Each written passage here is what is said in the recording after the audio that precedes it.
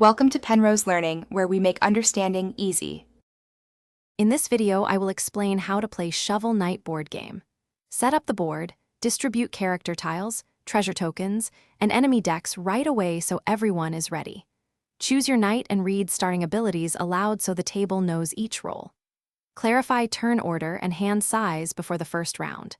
Begin with a simple encounter to practice actions and get comfortable with digging, attacking, and moving. Movement uses grid spaces and action points, so plan where to stand and how to approach enemies. On your turn, perform actions like move, attack, dig, or play a card to change the board state. Combat compares values, applies modifiers, and resolves status effects, so time buffs and stuns carefully. Use obstacles to block line of sight and coordinate with teammates to focus fire on dangerous foes. Communicate to set up combos and area control.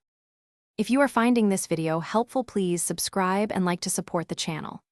Quick recommendation. For game night meal prep, try leak-proof containers that keep snacks fresh and prevent spills during intense sessions. They stack neatly and seal tightly to avoid messes between rounds. Check the description for the link and extra deals, and consider grabbing a set to simplify setup and cleanup. Now let's get back to the video. Prioritize relics and equipment that complement your knight and swap gear between scenarios to adapt.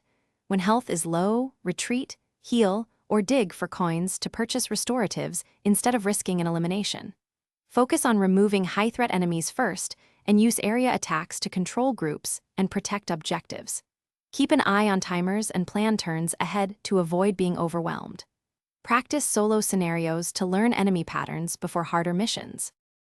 Thanks for watching. If this was helpful, leave a like and consider subscribing. See you next time.